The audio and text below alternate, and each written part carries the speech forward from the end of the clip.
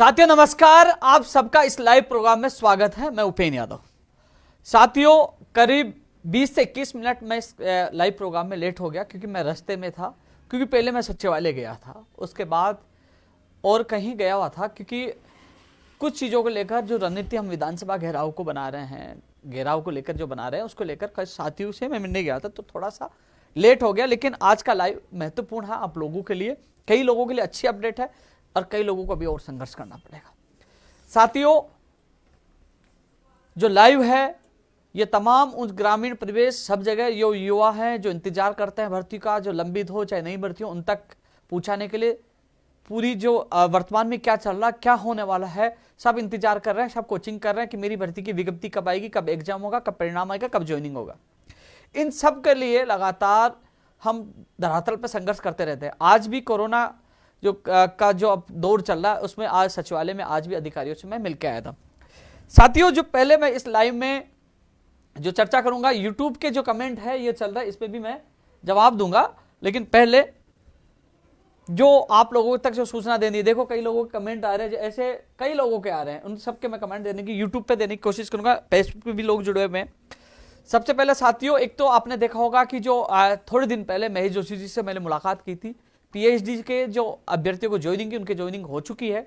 इसके अलावा कि नई भर्ती के लेकर मुलाकात की थी, आज महेश जोशी जी आज ही पूछे थे, पहले मीटिंग की थी और 1092 पदों पर JN भर्ती की विज्ञप्ति जारी हो चुकी है। सब तमाम अभ्यर्थियों को शुभकामनाएं। हम लगातार प्रयास कर रहे थे और एक प्रयास आपके सामने सफल हुआ है और सबको शुभकामनाएं, वो तैयारियों में जुट जाए। अब बात कर रहे हैं क्योंकि आपने मेरा ट्वीट देखा होगा, मैंने पहले भी कहा था 1000 से ज्यादा पदों पर, तो 1000 से ज्यादा पदे बनी, 1092 पदों पर विज्ञप्ति जारी हो चुकी है। अब बात कर लेता हूं मैं साथियों पंचायत राज LDC भर्ती 2013 का जो 10 तारीख तक कैलेंडर जारी होना था। अब उन्होंने कई बहाने बनाए कि जैसे PC किशन जी भी कोरोना हो गया, उनके विभाग में कई लोगों को कोरोना हो गया। आज फिर मैं जो मध्यस्थता करने वाले धर्मेंद्र राठौड़ जी से उनसे बंगले पे मैं मुलाकात करके आया था और उन्होंने आरती मैम को फोन किया था और वो कह रहे हैं कि इस महीने में आपकी विज्ञप्ति जारी करवा देंगे। लेकिन साथियों जो पंचायत राज LDC भर्ती 2013 के जो अभ्यर्थी हैं, साथियों मैं एक चीज जानता हूं, आप लोग 2013 से भुगत रहे हो, लेकिन मैं इतना विश्वास दिलाना चाहूंगा कि मुझे गोली नहीं दे सकती सरकार। हालांकि आपने देखा होगा कि गोली देंगे तो ऐलान बढ़ा कर रखा फरवरी में विधानसभा घेराव का। हालांकि मेरे मुकदमा दर्ज कर दिया गया, कोशिश की जा रही है मुझे रोकने की, लेकिन मैं रुकने वाला नहीं हूं। इस बार बड़ा ऐतिहासिक विधानसभा घेराव होगा, उसमें एग्रेसिव रूप देखने को मिलेगा क्योंकि इस बार सिविलाइंस कुछ भी किया जा सकता है। क्योंकि अब हम बार बार जो समझौते होते हैं, सरकार के पहले कहा दिसंबर में विज्ञप्ति जारी, कैलेंडर जारी हो जाएगा, फिर कहा 10 तक, फिर नहीं हुआ, लेकिन अब एक बार फिर कहा कि इस महीने में करवा दिया जाएगा। तो इंतजार इस महीने का आपको भी है, मुझे भी है। आप यह ना सोचे मैं भूल गया, भैया मुझसे वादा किया मेरे से चीटिंग होगी तो उग्र रूप मुझे लेना आता है और उसका ऐलान कर दिया है, जिसमें तमाम आप सब मांगों के लिए विधानसभा घेराव का ऐलान कर दिया। इसलिए 2013 पंचायत राज LDC भर्ती के जो तमाम अभ्यर्थी हैं उसको घबराने की आवश्यकता नहीं। आज मैं खुद धर्मेंद्र राठौड़ जी से, मैं पूर्व बीज निगम के अध्यक्ष हैं, जो मंत्री लेवल का पद जो मिला हुआ था मुख्यमंत्री जी का से, उनसे आज मैं खुद मिलकर आया था। उन्होंने मेरे सामने फोन किया था कि अर्पणा मैम जो गुरुवार और शुक्रवार को 2 दिन दिल्ली थी, वो दिल्ली गई हुई थी, आज आ गया। और अर्पणा मैम से भी मैं आज मिलकर आया हूँ सचिवालय में जाकर शाम को, तो वो कह रहे हैं कि अब इसकी प्रक्रिया को फास्ट कर देंगे। तो साथियों इस महीने के लिए कहा, लेकिन अब मैं तैयारी फरवरी में, क्योंकि मैं बर्दाश्त, हम सब मिलकर इसको बर्दाश्त नहीं करेंगे लापरवाही को, बार बार आसपास नहीं। लेकिन यह जरूर है कि आपको घबराने की आवश्यकता नहीं है, आपकी भर्ती प्रक्रिया का कैलेंडर जारी होगा। मैंने आप लोगों से वादा किया था, वो वादा पूरा होगा और आपके लिए मैं जी जान से लड़ाई लड़ूंगा। इसलिए मेरा आप लोगों से एक बार पुनः ये कहना चाहूंगा, थोड़ा संयम रखो, क्योंकि अब कोरोना का बहाना सबको मिल गया। कोरोना में सारी भर्ती प्रक्रिया को धीमा पटक दिया, लेकिन मैं आपके लिए विशेष पूरा प्रयास कर रहा हूं। मैं पंचायत राज JN भर्ती के लिए भी कहना चाहूंगा, जो 2100 पदों के लिए जो आज डिप्लोमा कई भर्ती कर रहे हैं, हमारे पद कम आए हैं, तो पंचायत राज JN की भर्ती की विज्ञप्ति जारी है। तो साथियों पंचायत राज JN की भर्ती की विज्ञप्ति ने जो अभी कोरोना का बहाना बनाकर सारे मामले को डम डाल दिया है। यानी कि हमने प्रयास किया जिसके बदौलत 2100 पदों पर आपकी पदों की पर भर्ती निकालने की सरकार की मंशा और फाइल चली और उसको स्वीकृति मिल जाएगी, वो चिंता करने की आवश्यकता नहीं है। लेकिन किन्हीं कारणों से मैं लाइव में नहीं बताऊंगा, कल इनके अभ्यर्थी मुझसे 12 बजे ऑफिस में मिलने आ रहे हैं कि कुछ लोग इस भर्ती प्रक्रिया को रोकने में लगे हैं। हालांकि आपको पता है कि सुप्रीम कोर्ट में जो SLP लगी हुई है 1998 के नियमों के अध्याधीन, यानी कि SLP के अध्याधीन इस भर्ती प्रक्रिया को पूरा किया जाएगा। लेकिन भर्ती प्रक्रिया में कई प्रकार की बाधाएं हो रही है। आज इसको लेकर मैं करीब आधे घंटे आज शाम को सचिवालय में अधिकारियों से मिलकर आया था, लेकिन कुछ चीजें मैं यहाँ पे लाइव बताना अनुचित समझूंगा, क्योंकि वो चीज आउट होती है तो कहने की भर्ती प्रक्रिया बाधित होती है। काफी लोग इसको रोकने की कोशिश कर रहे हैं, लेकिन रुकने नहीं दूंगा।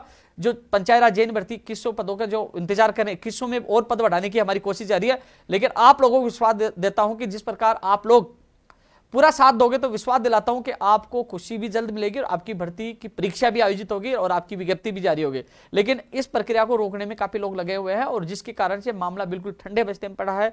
लेकिन अब आपकी साथ बैठकर कल 12 बजे रणनीति बनाऊंगा कि कब कैसे हम लोग प्रयास करें और जितना अपन प्रयास करेंगे जितनी जल्दी आपकी विज्ञप्ति जारी होगी। और अभी एक पेज फंसा हुआ है, उस पेज को सुलझाने की कोशिश आपके सहयोग से मैं करूंगा कल 12 बजे बैठकर। इसके लिए विशेष रणनीति पंचायत राज जैन भर्ती के लिए बनाएंगे। 2008 के बाद यह भर्ती आ रही है, 1998 के नियम के तहत, और सुप्रीम कोर्ट में एसएलपी लगी है, उसके अध्याधीन इसकी विज्ञप्ति जारी होगी। लेकिन इसमें कुछ पेज अटका हुआ है जो कल अपन चर्चा करेंगे। लेकिन ये पंचायत राज जैन भर्ती का अभ्यर्थियों को कहना चाहूंगा, जैसे अभी 1098 में पहले जैन की भर्ती आई थी, आपने देखा होगा, जो आपने मेरे साथ संघर्ष में साथ थे, वो भर्ती आई, वो भर्ती पूरी हो चुकी है और अब 1092 पदों पर आई है। ये भी आपके सहयोग से, यानी कि हमारा संघर्ष लगातार कामयाब हो रहा है और विश्वास दिलाना चाहूंगा कि आपकी विज्ञप्ति भी जारी होगी और आपको भी न्याय मिलेगा। इसलिए कल 12 बजे जो आपकी टीम आएगी उससे मिलकर मैं आगे की रणनीति तैयार करूंगा। टेक्निकल हेल्पर भर्ती को लेकर आज भी महेंद्र पिंडेल जी और रामनिया जी, ये लोग मेरे ऑफिस में आए थे, संबंधित अधिकारियों से बातचीत, कल मंत्री जी से मुलाकात करेंगे। इसकी विज्ञप्ति के जो अधिकारी है, क्योंकि थोड़ा सा विज्ञप्ति तो अभी कभी भी जारी हो सकती है, इस वीक में कभी भी जारी हो सकती है, लेकिन थोड़ा सा हमने ऐतराज जताया, काफी लोगों का फोन आया।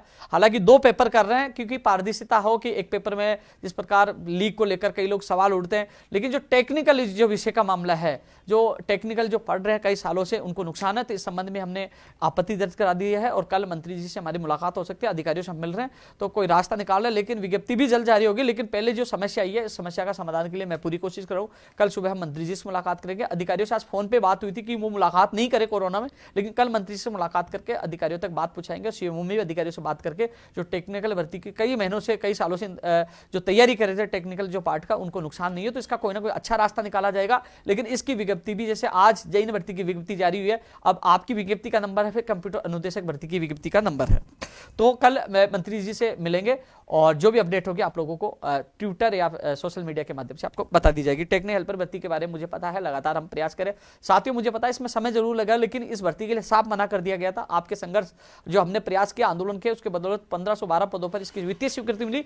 अब इसकी विज्ञप्ति बहुत करीब, यानी कि आज भी मेरी बात हुई थी जब मैं महेंद्र जी और रामनिया जी के सामने बात कर रहा था, इसी वीक के लिए संभावना बता रहे हैं। लेकिन संभावना आगे भी, क्योंकि जब हम लोग जो परिवर्तन चाहते हैं, टेक्निकल जो आप चाहते हो कि आपका जो सब्जेक्ट जुड़े, जो विषय जुड़े टेक्निकल वाला, तो मान लीजिए लेट भी हो जाए तो आप इस पे चिंता मत करना, क्योंकि आपकी समस्या का निदान जरूरी है। लेकिन जहां तक अधिकारी बता रहे इस वीक के लिए, लेकिन कल मंत्री जी से मिलने के बाद स्थिति स्पष्ट हो जाएगी टेक्निकल हेल्पर भर्ती की। अब मैं कंप्यूटर अनुदेशक भर्ती की बात करूंगा। आज मैं शिक्षा विभाग में गया था, जो संबंधित इसका जो वर्गीकरण जो देख रहे थे, उन्होंने कहा कि हम वर्गीकरण भेज दिया है और अधीनस्थ बोर्ड पहुंच गया। फिर मैंने ट्वीट भी किया कि मैं अच्छी बात है, और उन्होंने ये कहा कि वो उच्च स्तर पर तैयारी हो रही है, 1-2 दिन में कभी भी इसकी विज्ञप्ति जारी हो सकती है। लेकिन अभी शाम को थोड़ी देर पहले बोर्ड के किसी व्यक्ति से मैंने मुलाकात की, तो उन्होंने बताया अभी तक इसकी पदों का वर्गीकरण नहीं आया, अभी बीकानेर से आना बाकी है। निदेशक मोदी जी को मैंने कॉल भी लगाया था, फोन अटेंड नहीं किया। कल मैं निदेशक मोदी जी से बात करके इसका वर्गीकरण जल्द से जल्द अधीनस्थ बोर्ड भिजवाने के लिए पूरे प्रयास करूंगा, कल बात करूंगा। और अधीनस्थ बोर्ड जैसे ही आएगा तो उसके बाद 5-7 दिन से ज्यादा समय नहीं लगेगा, क्योंकि वो उसको चेक करेंगे कि वर्गीकरण सही आया गलत है। सही आते ही तो फिर जो आपके आवेदन प्रक्रिया की तिथि, वो उसमें थोड़ा बहुत, क्योंकि पहली बार नियम बने तो वो चेक करने में 2-4 दिन अधीनस्थ बोर्ड को लग सकता है। तो ऐसे साथियों, जैसे होगी अपडेट आपको मैं बता दूंगा। लेकिन मैं आप लोगों से, मुझे खेद भी है, पहली बार मुझे लगा, लेकिन देखो उन जो शिक्षा विभाग में जब मिला तो उन्होंने मुझे खुद ने कहा कि भैया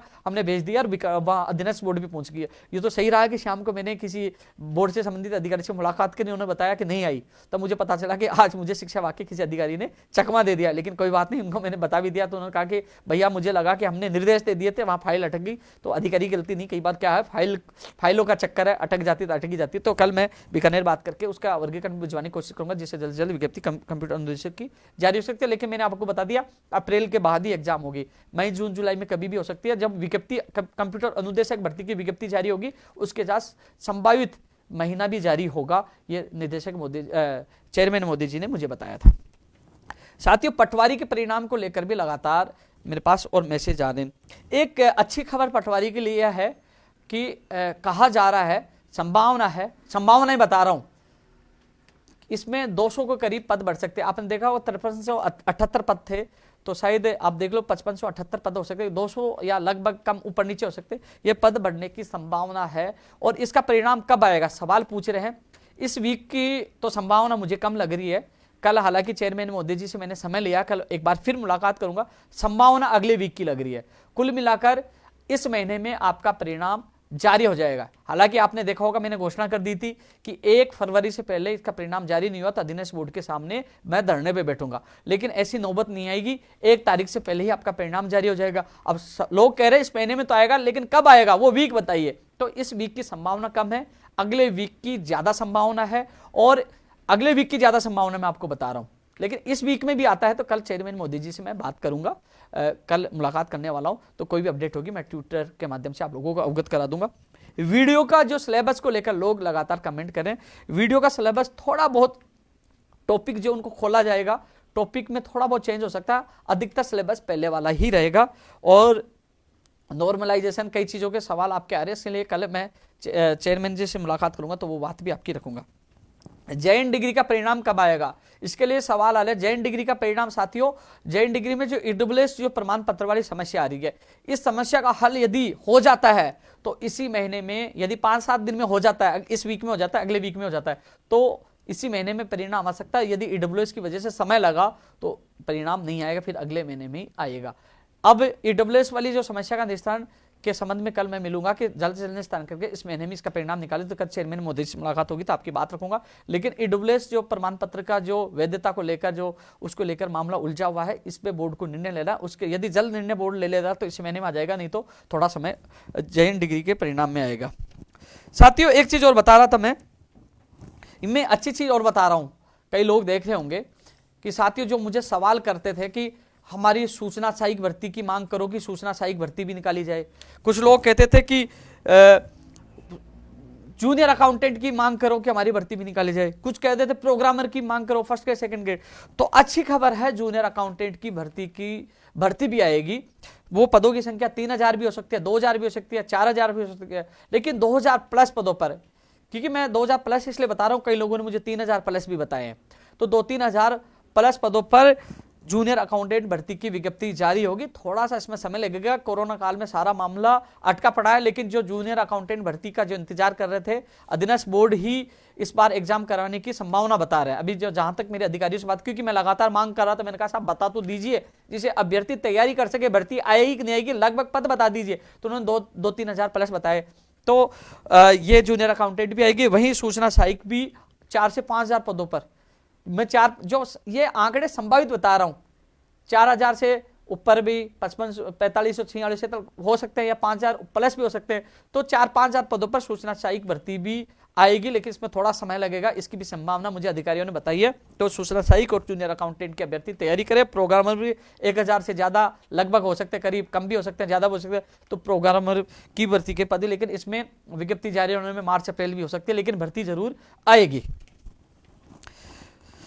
साथियों फर्स्ट ग्रेड सेकंड ग्रेड को लेकर असमंजस की स्थिति है। तो फर्स्ट ग्रेड और सेकंड ग्रेड के लिए भी आपको बताता हूं, जहां तक मेरा अनुमान है, 1-2 अधिकारियों से मैंने बात की थी, लेकिन मैं स्थिति स्पष्ट जब कंफर्म जब हो जाएगी आरपीएससी और शिक्षा विभाग के अधिकारियों से, तब मैं स्थिति स्पष्ट बता पाऊंगा। लेकिन जहां तक अभी तक जो अंदरूनी जो संकेत मिले हैं कि फर्स्ट ग्रेड की विज्ञप्ति पहले आ सकती है, फर्स्ट ग्रेड की एग्जाम पहले हो सकती है, यह संभावना बताई जा रही है। मैं कंफर्म नहीं बता रहा हूं, केवल संभावना बता रहा हूं। कंफर्म होते मैं ट्वीट कर दूंगा, क्योंकि मैं क्रॉस चेक करूंगा शिक्षा विभाग और आरपीएससी के अधिकारियों से बात करके स्थिति स्पष्ट मैं आपको कर दूंगा। लेकिन संभावना जहां तक मुझे 2-3 जगह बात की तो उन्होंने कहा कि फर्स्ट ग्रेड की पहले, तो फर्स्ट ग्रेड की विज्ञप्ति और परीक्षा पहले हो सकती है, संभावना ये बताई जा रही है, और सेकंड ग्रेड की बाद में। लेकिन इनकी विज्ञप्ति जल्द से जल्द जारी हो और इसकी परीक्षा तिथि का कैलेंडर जारी हो, इसके लिए भी मैं जल्द से जल्द प्रयास कर रहा हूं, और जो स्थिति होगी मैं स्पष्ट आप लोगों को कर दूंगा।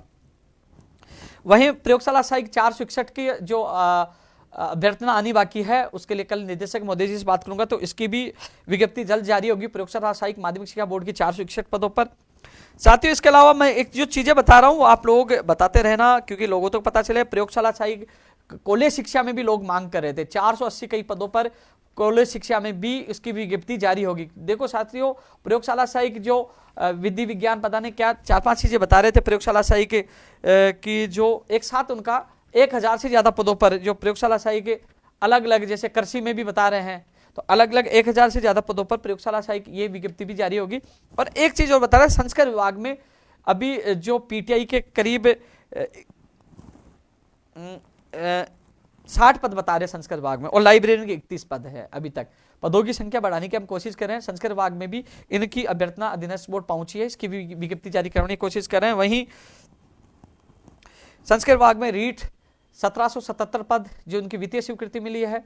इसके अलावा पीटीआई और पुस्तकालय अध्यक्ष की भर्ती की विज्ञप्ति भी निकलवाने की हम मांग कर रहे हैं। मैं नर्सिंग भर्ती 2013 के संबंध में बात करूंगा, रीट 50,000 के संबंध में बात करूंगा, क्योंकि रीट 50,000 के काफी कमेंट आ रहे हैं। लेकिन मैं इसलिए बोल रहा हूं कि एक बार ये सारी चीजें बोल दूं, उसके बाद कम से कम फिर आपसे मैं विस्तारपूर्वक चर्चा करना चाहूंगा। कल चेयरमैन साहब से मुलाकात करूंगा मैं। इसके अलावा साथियों, एक जो ओमार सीट वाला जो 5वां विकल्प दिया, कई लोग खाली छोड़ के आते हैं सेटिंग के चक्कर में कि हम बाहर से गोले करवा लेंगे, भरवा लेंगे।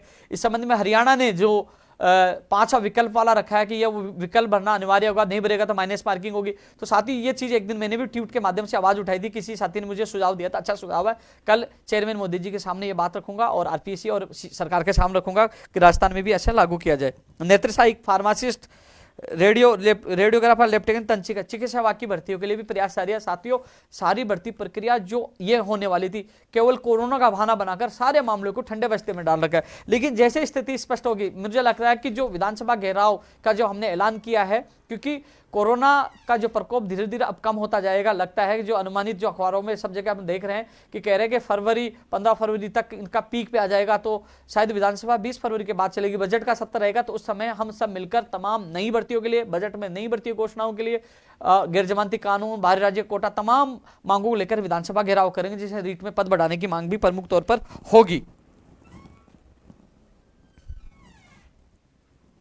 भाई कई बार किसी की मांग भूल जाता हूँ, लोग गाड़ियां और देते हैं। भैया मैं आप लोगों के लिए भागता हूँ, आप लोगों, क्योंकि ये सारी चीजें मैं अधिकारियों से खुद मिलता हूँ और खुद मिलकर आप लोगों तक पहुंचाने की कोशिश करता हूं, जिससे आप लोगों तक बात पूछे। कनिष्ठ अनुदेशक में नियम संशोधन की अधिसूचना जारी होगी। 600 निवासी स्कूल व्याख्याता भर्ती वाला मामला संज्ञान है। विशेष शिक्षक पद, क्योंकि यदि 50,000 की जो हम मांग करें, 50 नहीं 45,000 कर दो, तो 45,000 की यदि मांग पूरी होगी तो विशेष शिक्षक के पद बढ़ेंगे। ग्राम सेवक वाला मैं कल बता दूंगा। पशुधन सहायक और जलदारी, पशुधन सहायक में जो आरक्षण की वजह से मामला अब निदेशालय में पड़ा है। जलदारी में पद योग्यता के जो बदलाव वो डीओपी में फाइल किए, तो दोनों में समय लग रहा है। वनपाल वन रक्षक के जो मामले में है, इसके अभी कैलेंडर में जारी हो, परीक्षा तिथि के लिए प्रयास करेंगे। इसके अलावा टीआरए, साथियों टीआरए की विज्ञप्ति जैसे ही कार्यविभाग से वो प्रक्रिया पूरी हो जाएगी, जो सीएटी से हम इसको बाहर करवा रहे, टीआरए सहित अन्य जो भर्ती यहाँ जिनकी विज्ञप्तियां जो पहले की पुरानी है या 2022 से पहले की है, उनको टीआरए से बाहर करवाने की कोशिश करें। इसमें जब हेमंत गेरा जी जो डीओपी सेक्रेटरी से मुलाकात हुई थी, उन्होंने कहा कि हाँ इनको हम बाहर करके जल्द से जल्द इन भर्तियों को पूरा करवाएंगे। तो उसके निर्देश अभी अधीनस्थ बोर्ड को नहीं मिले। अधीनस्थ बोर्ड को निर्देश मिलते ही टीआरए की विज्ञप्ति भी जारी हो जाएगी, क्योंकि सीएटी करवाएंगे तो बहुत लंबी प्रक्रिया हो जाएगी और टीआरए की एग्जाम समय पर नहीं हो पाएगी। तो टीआरए के जो अभ्यर्थी थोड़ा सा और संयम रखें, क्योंकि जो मैं ज्ञापन देकर आया था उस पर कार्रवाई हो रही है और सीएटी से इनको टीआरए और जो सीएटी में और भर्तियां जो पुरानी उनकी विज्ञप्तियां हैं या अभ्यर्थनाएं हैं, उनको बाहर किया जाएगा और उनकी भर्ती परीक्षा आयोजित करवाई जाएंगे। और जो सीएटी लागू करेंगे, जो आगामी जो भर्तियां नहीं आएंगी उन्हीं पे लागू कर पाएंगे। साथियों, जो विधानसभा घेराव है, इंटरव्यू प्रथा भी समाप्त होनी चाहिए। आपने देखा आरपीएससी का जो लेटर आया था वो सरकार के ऊपर छोड़ दिया है। साथियों, बाहरी राज्य का कोटा समाप्त हो, उसके लिए भी जो तमाम मुद्दे हैं उनके लेकर विधानसभा हम घेराव करने वाले हैं। साथियों, एक चीज और मैं बता रहा था आप लोगों को, नर्सिंग भर्ती 2013 के जो अभ्यर्थी हैं, कई लोग तो लड़कियों की आईडी बना के ट्वीट कर रहे हैं, ट्रोल करने की कोशिश कर रहे हैं। कई लोग ट्विटर पे कह रहे हैं कि हमारी भर्ती को भूले नहीं, आपके साथी जहां याद करते मैं आपका सहयोग करता हूं। जितनी मदद मुझसे हुई मैंने आपकी मदद की है। और जो लोग आईडी चेंज करके गया, वो कहते हैं उनको मेरा खुला चैलेंज है, चुनौती है, आप आ जाइए ऑफिस में, मैं आपकी हर बात का जवाब दूंगा। और जहां आप रत्ती पर भी मेरी गलती बताओगे तो आप कहोगे वो करने के लिए तैयार हूं। 2 मिनट में राजस्थान बेरोजगार एकीकृत महासंघ से इस्तीफा दे दूंगा और कार्यालय बंद करके हमेशा के लिए चला जाऊंगा। आप आइए सामने, मैं बुला रहा हूं, आपको निमंत्रण दे रहा हूं। आपकी इच्छा, कल मैं 12 बजे कार्यालय बैठूंगा, आप आ जाइए। नर्सिंग भर्ती 2013 के अभ्यर्थी कि यदि मैं गलत हूं तो आप साबित कर दीजिए। मैं लाइव मीडिया में कह रहा हूं, सोशल मीडिया पे लाइव बोल रहा हूं, तो आप साबित कर दीजिए। 2 मिनट में इस्तीफा देकर बेरोजगार संघ कार्यालय पे ताला लगा के गाँव चला जाऊंगा। आप आ तो जाइए। इतना सहयोग करने के बावजूद भी आप ट्विटर पर ऐसा कह रहे हो कि हमारे साथ धोखा कर दिया, हमारा साथ नहीं दिया।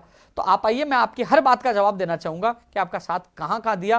किस कारण से आपकी भर्ती प्रक्रिया अटकी पड़ी है। जितना सहयोग मुझसे हो मैंने सहयोग किया, लेकिन ट्विटर पर आप जो कमेंट कर रहे हो, आप खुद की नाकामयाबी छुपाकर और मुझे नाकामयाब कहने की कोशिश कर रहे हो कि मामला न्यायालय में है। न्यायालय में कैसे पूछा, क्या मामला हुआ, कैसे पहले क्या हुआ, हर चीज का जवाब दूंगा।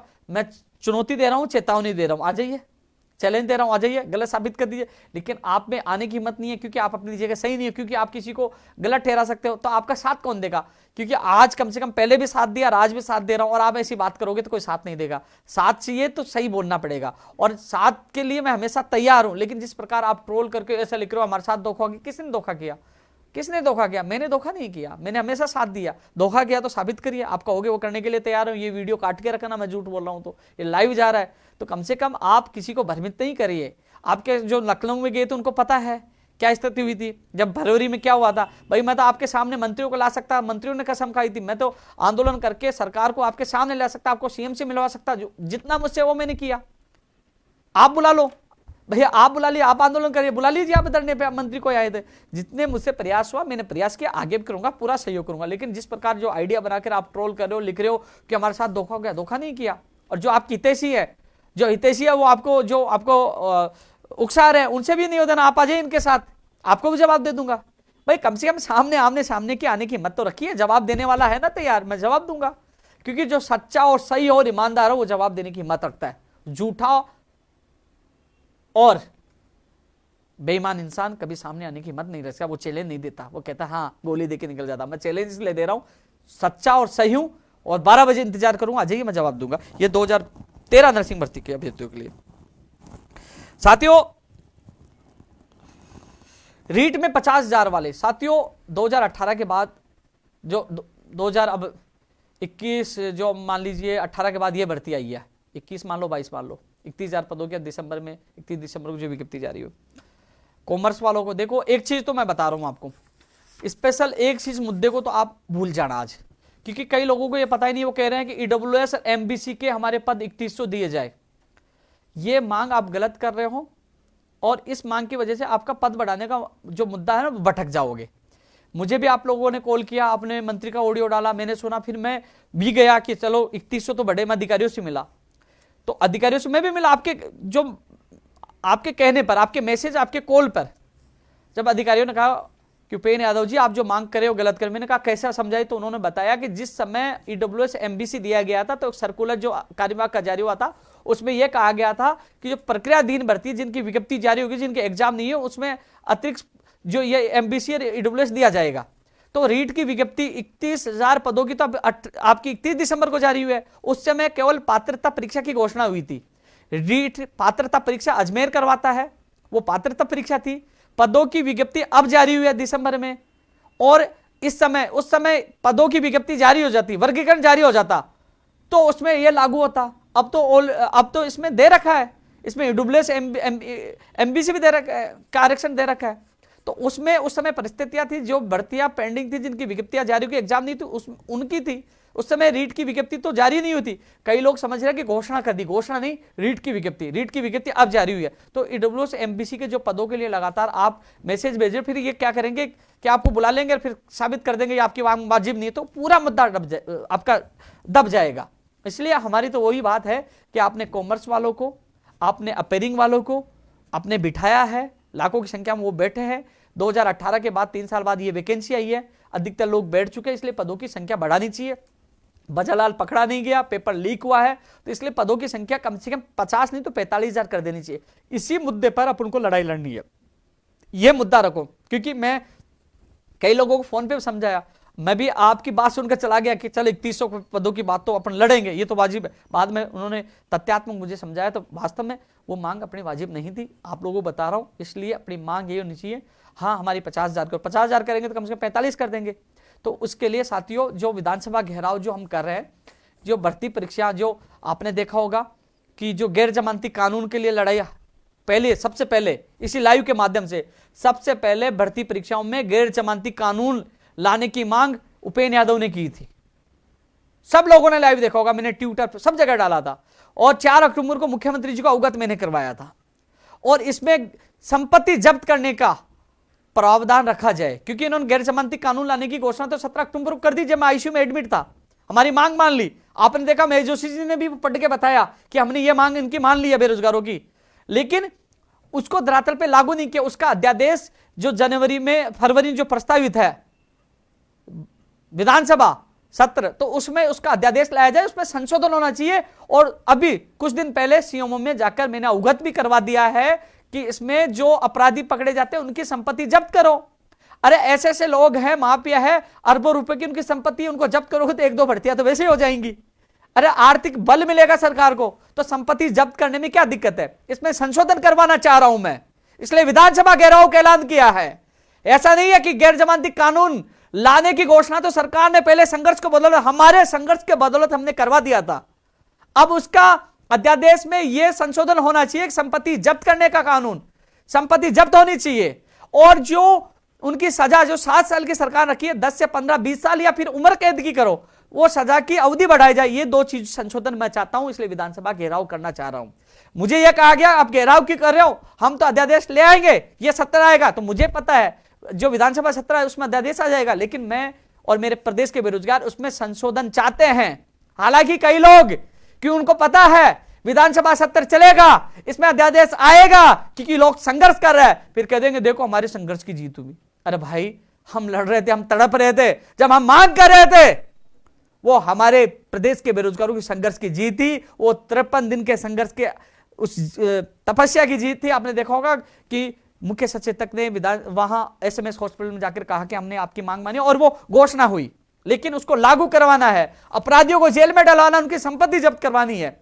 इसमें फर्जी डिग्री, डिप्लोमा, दिव्यांग सर्टिफिकेट को भी हमने शामिल करवाया। हमारी मांग पर सहमति बनी थी, लेकिन लिखित में आदेश आएगा तब हमें विश्वास होगा कि हमारी मांग सरकार ने मान ली। तो वो अध्यादेश जारी हो और ये संशोधन किया जाए, ये मांग करे। बाहरी राज्यों का कोटा समाप्त हो। राजस्थान के बेरोजगार को, कोटा तो हालांकि नहीं है, लेकिन 50% में वो कितने भी आते हैं, लेकिन राजस्थान के बेरोजगार को प्राथमिकता दी जाए, कोई ना कोई रास्ता ढूंढा जाए, क्योंकि राजस्थान के अभ्यर्थियों को 20 से 22 राज्यों में नहीं लिया जाता, इसलिए राजस्थान राज्य का 2nd नंबर आया है बेरोजगारी में।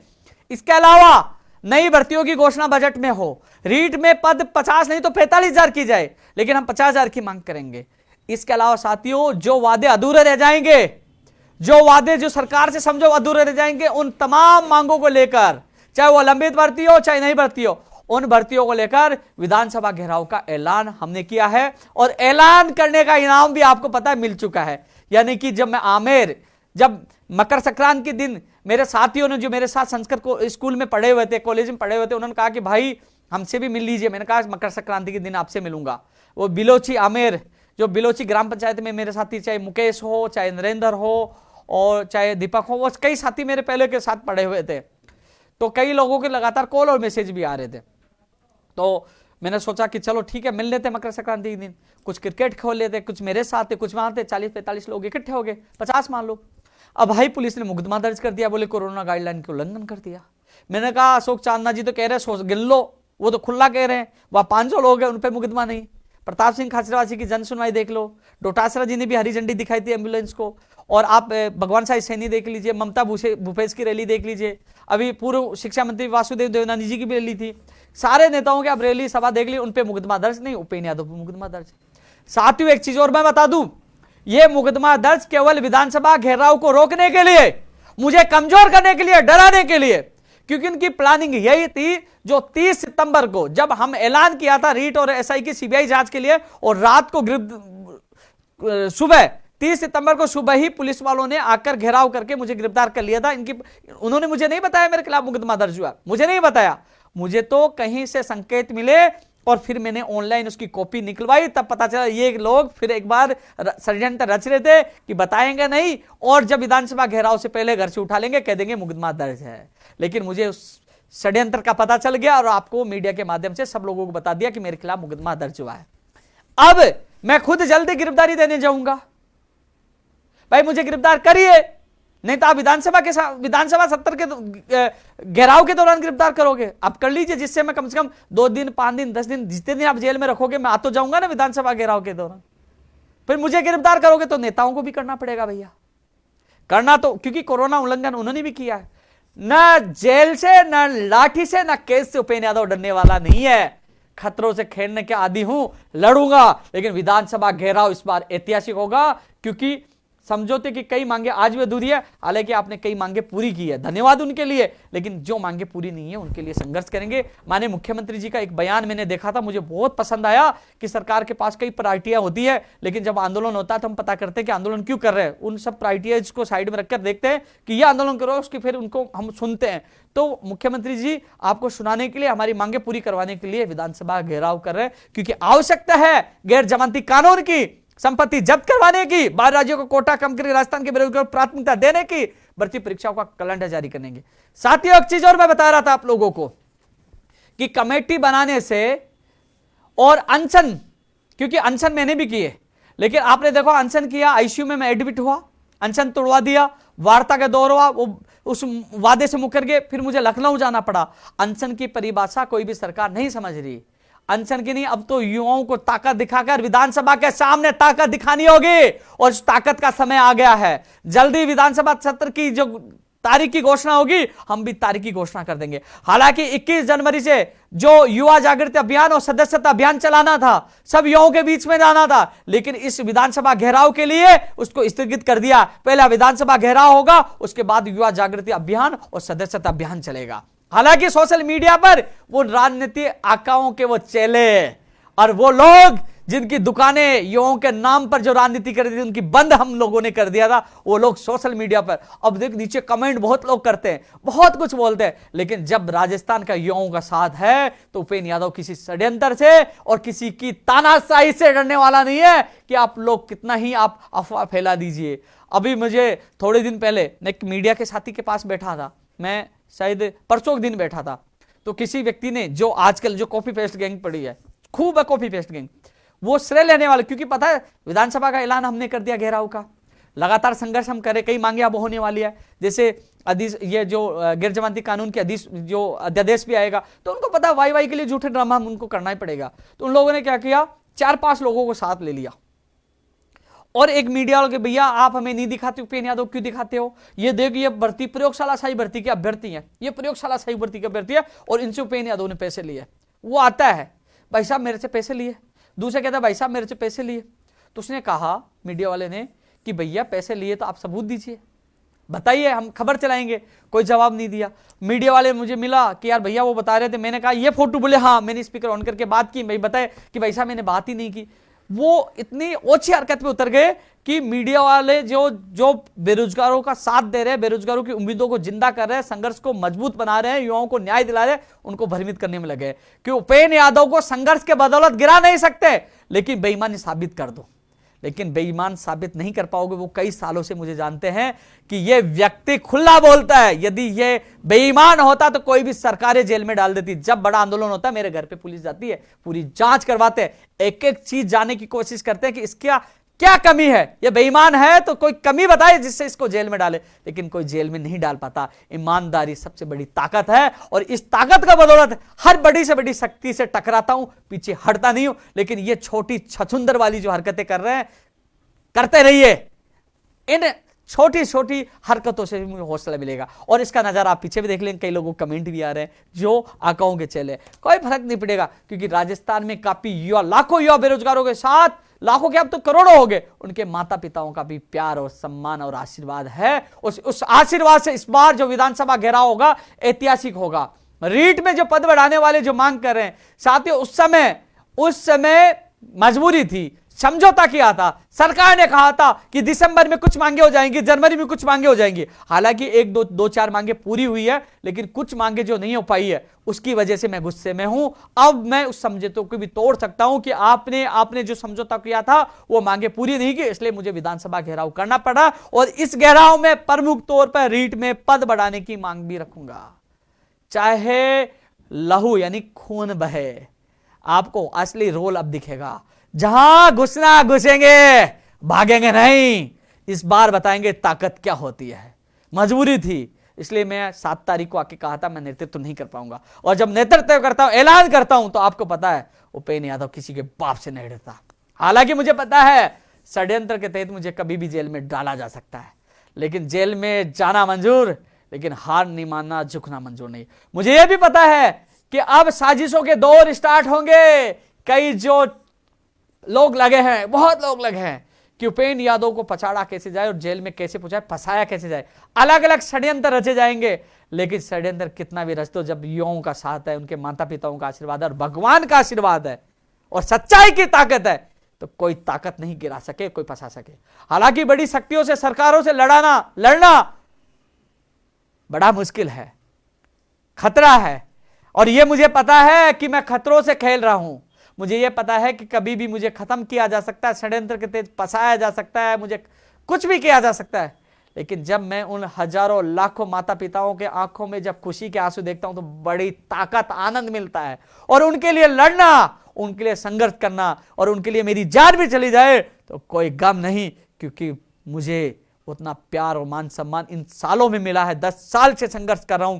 आज एक किसान के बेटे को इतना मान सम्मान मिला है। जब सर्वे करवाया गया, सेकंड नंबर आया और लोग इतना चाहते हैं, तो सोच लीजिए आज मैं एक आईएएस भी बन जाता, एक मैं कितना बड़ा एमएलए, आपने देखा होगा 200 एमएलए, एक एमएलए 200 एमएलए के नाम पूरी जनता नहीं जानती, लेकिन आज उपेंद्र यादव का नाम लाखों करोड़ों लोग इसलिए जानते हैं कि उपेंद्र यादव उनके लिए काम करता है। यानी कि मुझे इतना मान सम्मान और प्यार मिला, इसलिए मैं अभिभूत हूं और उनके लिए मैं अंतिम सांस तक लड़ाई लड़ूंगा। साथियों, अधिकतर चीजों के लिए मैंने बताया है। पंचायत राज एलडीसी के अभ्यर्थियों को घबराने की नहीं है, बिल्कुल मस्त रहे। मैंने ऐलान किया तो सोच समझ के किया। घेराबंदी मुझे करना भी आती है और घेराबंदी के बाद काम कराना भी आता है, काम भी होगा। लेकिन थोड़ा सा एक चीज और बता दूं, कोरोना का बहाना मिला है। एक चीज और बता दूं, जो लोग कहते हैं कि साथियों आप देखना, जो जनवरी तो निकल गई, मार्च अप्रैल में कई विभागों में भर्तियों की विज्ञप्तियां जारी होंगी। शिक्षा विभाग में भी होंगी, जो सूचना चाहिए, जूनियर अकाउंटेंट, जो भर्तियां बता रहा हूं कई विभागों में। आप देखना, अन्य राज्यों की तुलना करना, उनके हालात क्या है और राजस्थान की भर्तियों के हालात क्या है। लेकिन राजस्थान में पेपर लीक, नकल और फर्जी डिग्रियों के मामले बढ़े, उसके लिए कानून भी आएगा, उनको रोकने की भी कोशिश की जाएगी। लेकिन जो भर्तियां अन्य राज्यों की तुलना में राजस्थान की प्रदेश में जो भर्तियां क्यों हो पा रही है, क्योंकि यहां संगठन, राजस्थान बेरोजगार एकीकृत महासंघ ऐसा एक संगठन है जो पहल करता, संघर्ष करता और झुकाता हो सरकार को और बेरोजगारों की मांग पूरी करवाता है। इसलिए भर्तियां आ भी रही है, भर्तियां पूरी भी हो रही है और बेरोजगार को रोजगार भी मिल पा रहा है। लेकिन लड़ाई है सिस्टम में जो खामियां हैं, भर्ती अटकना, पेपर लीक, इसकी समस्याओं के निस्तारण के लिए हम संघर्ष करें। साथियों, एक चीज और बता दूं मैं आपको, मुझे कई बार फोन बंद करना पड़ता है, 1 मिनट का एक फोन आता है, क्योंकि बेरोजगार आज परेशान हो गया। राजस्थान में बेरोजगार आयोग या युवा बोर्ड राजस्थान के किसी भी व्यक्ति को दिया जाए, मुझे छोड़कर, वो ऐसा युवा बेरोजगार हो जो बेरोजगार की पीड़ा समझता है। आज अलग अलग समस्याएं हैं। कोई कह रहा है रीट का जो फॉर्म भरा जा रहा है, मैं मैरिड हूं लेकिन मेरे मैरिज सर्टिफिकेट नंबर नहीं है। कई कह रहा है कि मेरा पति साइन नहीं कर रहा, क्यों मेरी उससे बन नहीं रही, क्योंकि मैरिज सर्टिफिकेट बनाना है। कई किसी क्या समस्या, किसी क्या समस्या है, किसी की भर्ती का, किसी में कोर्ट में जवाब नहीं दे रहा, तो बेरोजगार आयोग होना चाहिए जिससे बेरोजगार जाए, अपनी बात रखे कि मुझे न्याय मिले। उपेंद्र यादव की, राजस्थान बेरोजगार एकीकरण महासंघ की, और ऐसे फर्जी जो कॉपी पेस्ट गैंग है, उनकी आवश्यकता नहीं पड़े युवाओं को, क्योंकि खुद की बात उस आयोग, इस बोर्ड के सामने रख सके जिसमें बेरोजगार से जुड़ा व्यक्ति उसका प्रतिनिधित्व करता हो, जो शिक्षित योग्य अभ्यर्थी हो। मुझे छोड़कर मैं नहीं बनूंगा, साफ कह रहा हूं, मुझे नहीं बनना।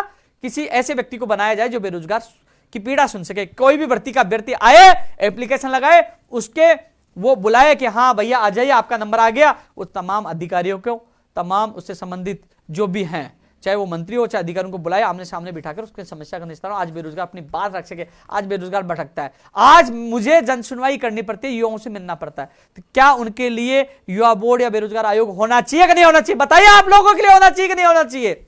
यह मांग मेरे लिए नहीं, आप लोगों के लिए है, क्योंकि आप अपनी बात रख सके। आज आपका वो लोग कह रहे थे मुझे कि बीकानेर में कोई फोन नहीं उठा रहा।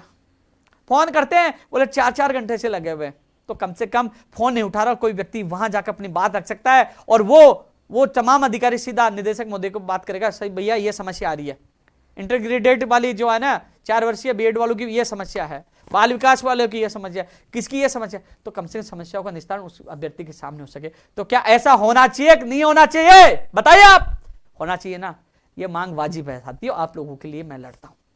और जो लोग युवा के नाम पर राजनीति करते हैं, उनकी दुकान बंद हो चुकी है, धीरे धीरे समझ जाओगे। 10 साल से आज मैं संघर्ष कर रहा हूं, इसलिए टिका हूं। लोग 1-1 महीने नहीं टिक पाते हैं। लोग बहुत आएंगे, बहुत सपने दिखाएंगे, क्योंकि उनको पता है बेरोजगारी सबसे बड़ा मुद्दा है। उनको पता है युवाओं को मोड़ा जा सकता है सोशल मीडिया के माध्यम से, अपने आकाओं के, अपने चेलो आईटी सेल के मेंबरों के माध्यम से, लेकिन सच कभी छुपता नहीं, सच सामने आता है। तो साथियों, आपको अलर्ट रहना ऐसे बहरूपियों से जो आपके हितैषी बनने की कोशिश करेंगे और केवल आपको यूज करने आएंगे। लेकिन 10 साल से आप लोगों के लिए संघर्ष किया, आगे भी कर रहा हूं, और मैं आपको बता दूं अंतिम सांस तक आप लोगों के लिए संघर्ष करूंगा। अब मैं YouTube पे जो कमेंट पढ़ लेता हूं, बहुत फास्ट चल रहा है। 50,000 के लिए मैं बोल चुका हूं। अरे बहुत फास्ट चल रही है इसके तो। कनिष्ठ अनुदेशक वाली मैं बात कर, नॉर्मलाइजेशन वाली मैं कल बात करूंगा चेयरमैन मोदी जी से स्टेनोग्राफर के संबंध में। टेक्निकल हेल्पर वाली कल मंत्री जी से मुलाकात करेंगे। 14% वाली मुझे याद है, 689 वाली मुझे पूरा याद है। धन्यवाद। अरे पास्ट इतने पास्ट चल रहे भैया, मैं तो पढ़ ही नहीं पाऊंगा। पंचायत राज जैन के भी आ रहे हैं, मुझे याद है भैया। पंचायत राज जैन से कल बैठ के अभ्यर्थियों से मीटिंग करेंगे। कल स्टेनो में संगठन में पद बढ़ाए, उसके लिए मैंने ट्वीट किया है, आपकी मैं समर्थन कर रहा हूं, पूरा साथ दे रहा हूं। टेक्निकल हेल्पर, विशेष शिक्षक, मैं इन सब के बारे में ऊपर बोल चुका हूं। पटवारी रिजल्ट इसे महीने में आ जाएगा।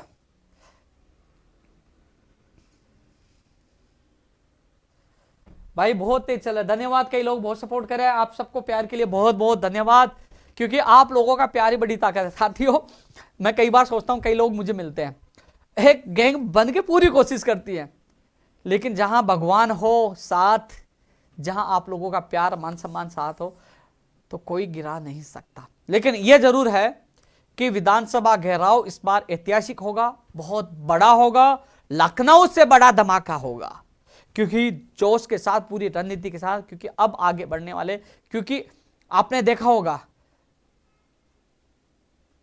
संघर्ष कभी विफल नहीं जाता। भाई मुझे अध्यादेश भी चाहिए, उसमें संपत्ति जब्त करने वाला कानून भी चाहिए, राजस्थान के बेरोजगारों को प्राथमिकता भी चाहिए, बेरोजगार या युवा बोर्ड बेरोजगार को प्रतिनिधित्व को मिले, जिससे बात है तमाम भर्तियों के लिए, जो आपकी नई भर्तियों की विज्ञप्तियां जारी हो, तमाम चीजों के लिए हम संघर्ष करेंगे। भैया कोई और हो, रविंद्र बताना, देख के कोई मैसेज हो किसी का स्पेशल। देखो इस लाइव में आज कई नई भर्तियों की मैंने सूचना दी है, कई सूचना सहायक वाले, जूनियर अकाउंटेंट वाले कमेंट कर रहे थे, उनके लिए मैंने बात रखी है, और आपको भी खुशी मिलेगी, बस आएगी, जरूर आएगी, इसी साल आएगी वैकेंसी, चिंता मत करो आप। कल चेयरमैन साहब से एक बार फिर मुलाकात कर रहा हूं, 12 बजे बाद उनसे मुलाकात करूंगा, तो आपकी बात और रखूंगा उन लोगों की। और बताए किसी का कोई कमेंट, क्योंकि मैं लेट हो गया था। नेत्र साइक के भी कमेंट आए थे, वार्ड बॉय के भी हैं, फर्स्ट ग्रेड सेकंड ग्रेड वरिष्ठ अध्यापक भर्ती 2016 वाले आज अभ्यर्थी जाके आए थे, लेकिन अभ्यर्थी फर्स्ट ग्रेड सेकंड ग्रेड की वहां पहुंच जाए, तो मैं 3-4 मामलों को लेके जाऊं तो समस्या सबके हल हो, फर्स्ट ग्रेड और सेकंड ग्रेड की विज्ञप्ति भी आए। इंटरव्यू पड़ता के लिए तो कर ही रहे भैया।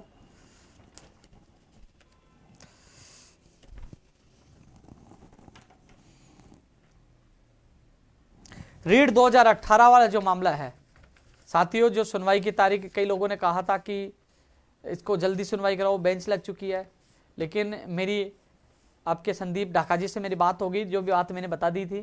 लेकिन साथियों संयम रखे, सच की हमेशा जीत होती है, क्योंकि जब बेंच कैंसिल हो गई, यार आपकी पता नहीं किस्मत कैसे खराब है कि बेंच नहीं बैठी, एजी साहब जोधपुरी मौजूद थे, अब बेंच नहीं बैठी, एक बार सुनवाई की तारीख दे दी, उन्होंने कहा कि समय के अभाव में, तो अब स्थितियां है। लेकिन इस बार जो सुनवाई की उम्मीद करता हूं कि इस बार आप लोगों को राहत मिल जाएगी और भर्ती प्रक्रिया क्या जल्द पूरी हो जाएगी। मैं जितना सहयोग मुझसे होगा, क्योंकि संदीप राखा जी ने मुझे कहा सुनवाई से एक दिन पहले आएंगे, तो मैं उनके साथ जहाँ ले जाएंगे मैं जाऊँगा, आपके साथ दूंगा पूरा, कि जिससे ये 2018 रीट भर्ती जल्द से जल्द पूरी हो सके। फार्मासिस्ट वाली बहुत ज़्यादा परेशान है कि इनकी भर्ती 2018 की अधूरी है, तो जल्द से जल्द फार्मासिस्ट भी पूरी हो। अब साथियों लाइव के साथ मैं इतना ही कहना चाहूँगा कि जल्द ही मैं देखो मैं लाइव फालतू आता नहीं हूँ, लाइव की आवश्यकता तब आता हूँ, और कंप्यूटर अनुदेशक भर्ती और टेक्निकल पर तमाम भर्तियों का मैं लगभग इसमें जिक्र ले चुका हूँ, नई भर्तियाँ भी आएंगी। लेकिन मैं इतना कहना चाहूँगा आप लोगों को, विधानसभा घेराव की आप तैयारी करें। रीट में पद बढ़ाने वाले जो अभ्यर्थी हैं, क्योंकि पहले मैं बंधन में था, समझौता हुआ था, लेकिन उस बंधन से क्या है कि सरकार वो वादा पूरा नहीं निभा पाई, तो गलती सरकार ने की, तो अब मैं उग्र भी हो सकता हूँ, गुस्सा भी कर सकता हूँ, घेराव भी कर सकता हूँ। यदि सरकार अपने वादे निभाते थी, 10 तारीख का वादा किया था, 2 वादे थे वो नहीं हो पाए, लेट हो गए, तो कम से कम मैं अब घेराव का मुझे मौका भी है, क्योंकि सरकार की तरफ से अधिकारियों ने गलती की, मांगे नहीं मानी, तो विधानसभा घेराव बहुत अच्छा होगा। ये सोच रहे हैं रीट 2001 जो पद बढ़ाने वाले 21 वाले 22 वाले कि साथियों मैं आपको बता दूं मार्च अप्रैल तक ही, मार्च अप्रैल के बाद ही, यानी कि फरवरी के बाद मार्च अप्रैल या मई में जो भी है रिजल्ट तभी आएगा रीट का। कट ऑफ है कहने के बाद कट ऑफ तभी आएगी रीट शिक्षक भर्ती की। आपके पास जनवरी और फरवरी 2 महीने हैं जिसमें अपन ताकत दिखाकर पद बढ़वा सकते हैं। लोकतंत्र में भीड़ तंत्र की बड़ी भूमिका होती है, तो आप भी हैं, अन्य लोग भी है, लेकिन कई लोग कह रहे होंगे, कई लोग ये कहेंगे, कई लोग आपको गुमराह करेंगे कि उपेंद्र यादव विधानसभा घेराव अन्य मांगों के लेकर कर रहा है, हमें यूज करने के लिए बुलाया है। यार मैं भीड़ के पीछे नहीं भागता, भीड़ तो आपकी बहुत ज्यादा थी इस दिन 7 तारीख को 12 तारीख को, तो मैं आ सकता था भीड़ के लिए भागता, तो मैं भीड़ के लिए नहीं भागता, मैं वसूलों जो नियम होते हैं मैं नियम अनुसार ही, यदि मुझे लगता है कि अब इस पर एक्शन लेना चाहिए, क्योंकि अब मुझे लगा कि हमारी कुछ मांगे नहीं हो पाई, मैंने हार पूरी चीजें देखी, मुझे उस समय लगा था कि सरकार 10 से 15 हज़ार पद बढ़ा देगी, नहीं बढ़ाई, लेकिन अब स्थिति जो अलग हुई है, मुझे भीड़ की आवश्यकता नहीं है, मैं 300 लोगों में कमाल कर सकता हूं जो लोग 5-5 हज़ार 2-2 हज़ार में नहीं कर पाए, तो भीड़ की बात नहीं है, बात है सही समय सही परिस्थिति के अनुसार निर्णय लेने की। अब मुझे लग रहा है सही समय सही परिस्थिति है, क्योंकि बाहरी राज्यों का कोटा खत्म होगा तो आप लोगों को फायदा होगा, गैर जमानती कानून आएगा तो आपको फायदा होगा, तो तमाम मांगों को लेकर, क्योंकि इस बार आसपास नहीं, इस बार बहुत बड़ा कुछ होगा, शायद इस बार आप लोग देख पाओगे जो 12 तारीख को इतनी संख्या में आप कुछ नहीं कर पाए थे, इस बार विधानसभा घेराव में हम बहुत बड़ा कुछ कर पाएंगे। लेकिन कई लोग मुझे कहते थे कि उपेंद्र भाई आप साथ दो, उपेंद्र भाई आप साथ दो, हमारी मांग उठाओ, तो मैं इतना कह सकता हूं चाहे रक्त बह जाए मैं पीछे नहीं हटूंगा, मजबूती से आपकी मांग उठाऊंगा, समय आपके बाद है, तैयारियों में आप जुट जाए। फिर मुझे मत कहना, कई लोग कह रहे उपेंद्र यादव साथ आ जाए और वो कह दे तो हमें विश्वास है पद बढ़ जाएंगे, तो मैंने कह दिया है मैं जी जान से आप लोगों के लिए मेहनत करूंगा, चाहे पसीना बहे चाहे खून बहे, पीछे नहीं हटूंगा। इस बार बड़ा आंदोलन होगा, बड़ा विधानसभा घेराव होगा, तो तैयारियों में जुट जाए तमाम सब लोग, क्योंकि हम सब मिलकर, जब बूंद बूंद से गढ़ा बढ़ता है, जब हम सब मिलकर एक साल लड़ाई लड़ेंगे तो कहने का नतीजा मिलेगा और आप सबके घरों में खुशियां भी आएगी। इतना ही कहना चाहूंगा, तैयारी शुरू कर दो, और सब जगह सोशल मीडिया पे ये होना चाहिए फरवरी में विधानसभा घेराव। और अब मैं शायद कल दौलतपुरा थाना इंचार्ज से मिलने जा सकता हूं कि मुकदमा दर्ज किया वो वापस हटाया जाए या मुझे गिरफ्तार किया जाए, क्योंकि गिरफ्तार करके अभी गिरफ्तार कर लेंगे तो शायद मैं जनवरी में छूट जाऊंगा, नहीं तो उस समय घेराव के समय गिरफ्तार कर लेंगे तो एक बार फिर हमारे आंदोलन को विफल कर सकते हैं। तो उससे पहले इस मुकदमों को हटाने के लिए या तो कोर्ट का सहारा लूंगा या उनको कहूंगा गिरफ्तार कर लीजिए, गिरफ्तार करने के बाद जमानत तो हो ही जाएगी ना, तो कम से कम इस मुकदमे से, क्योंकि सारे मुकदमे कोर्ट के माध्यम से, पहले मैंने जमानत ली थी तो और मुकदमे मेरे पेंडिंग नहीं है, किसी में जमानत है किसी में कोर्ट के माध्यम से खत्म करवा ली है, ऐसे में एक ही इनके पास जो नया मुकदमा दर्ज हुआ यही मुकदमा है जो मुझे विधानसभा घेराव से रोक सकता है। तो इस मुकदमे को मैं खत्म करवाने की कोशिश करूंगा, हो सके तो कल मैं दौलतपुरा जा सकता हूं, कहूंगा कि गिरफ्तार कर लीजिए, और मुझे गिरफ्तार किया जाता है तो ऐसे में फिर उन मंत्रियों का क्या होगा जिन्होंने खुलेआम कोरोना गाइडलाइन का उल्लंघन किया। साथ ही मुझे गिरफ्तार कर लिया जाता है तो आप लोग जरूर सोशल मीडिया पे अभियान चलाना कि उपेंद्र यादव को नहीं, मंत्रियों को भी गिरफ्तार करो, उन जनप्रतिनिधि, उन एमएलए, उन नेताओं को गिरफ्तार करो जो कोरोना का उल्लंघन कर चुके हैं। और यदि नहीं करते तो कम से कम मैं वहीं से लाइव करूंगा कि मैं गिरफ्तारी देने आया हूं, इन्होंने गिरफ्तार क्यों नहीं किया, क्योंकि मैं नहीं चाहता कि विधानसभा घेराव में कोई, क्योंकि 30 तारीख को जो बड़ा धोखा हमारे साथ हुआ था कि पहले के मुकदमे में गिरफ्तार करके 30 तारीख को आंदोलन को कुचल दिया गया था, तो फरवरी के आंदोलन को नहीं कुचला जाए इसलिए मैं कल जा रहा हूं, क्योंकि इस षड्यंत्र से, इन साजिशों से हमें दूर रहना होगा। इस बार इस विधानसभा घेराव को कामयाब बनाना है, ये मेरा नहीं प्रदेश के लाखों बेरोजगारों को सपनों का ये घेराव है और उस सपनों को घेराव को हमें कामयाब बनाना है और इस लड़ाई को जीतना है। साथ ही इतना ही कहना चाहूंगा, तैयारियों में जुट जाओ, उठो जागो, और फरवरी में जो विधानसभा सत्र होगा, क्योंकि यदि कोरोना ज्यादा रहा तो इस विधानसभा सत्र को सरकार फरवरी से मार्च में भी कर सकती है।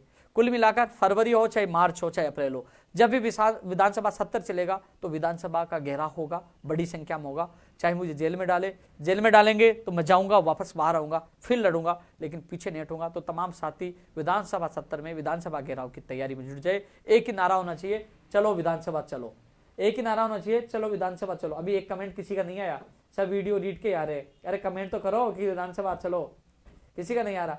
विधानसभा में चलना जरूरी है, चांदना जी गिरफ्तार करो, आ गया काम है। विधानसभा वाला घेराव का ऐलान हमने आज कर दिया है, और विशेष वाले मुझे है, जब पद बढ़ेंगे तो विशेष वाला मुझे याद है। एक प्रमाण पत्र वाली जो मांग भी सही है, एक अभ्यर्थी जब ज्वाइनिंग कर लेता है उसका दोबारा उपयोग नहीं हो, यदि किसी बेरोजगार को एक बार नौकरी मिल जाती है उसका उपयोग नहीं हो, ये भी मांग हम विधानसभा घेराव में रखेंगे। साथियों, एक और लाइव में आपसे फिर मुलाकात करूंगा, तब तक के लिए बाय, जय हिंद, जय भारत।